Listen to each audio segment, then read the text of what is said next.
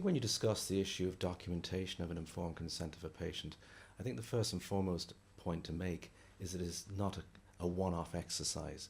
There's a common perception amongst healthcare professionals across the board that indeed it's just a question of getting a consent form signed. Nothing could be further from the truth. As the patient's condition changes, so will the terms and context of the patient's informed consent change too. So for example, what should be documented in the patient records is the consent form I just mentioned.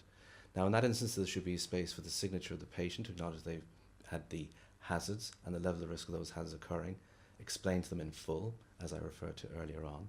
And equally, there should be a space for the signature of the healthcare professional who's taking the informed consent.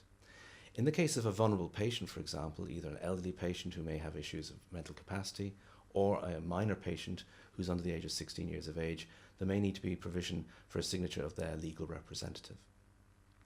But in addition to the consent form, there should also be a brief discussion in bullet point form of the nature of the discussion that was undertaken with the patient. This bullet point summary should again summarize the nature of the procedure, the type of hazards that will be raised in the acquisition normally of the informed consent of the patient by any healthcare professional for that procedure, and the level of risk of those hazards occurring in that instance.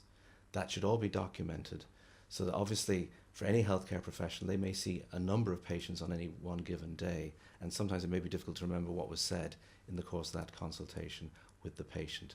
It's not only a good aide-memoire for ongoing treatment of the patient, but in the event of any complaint or legal proceeding, it is also a good record by which the healthcare professional can refer to in the event of any such complaint.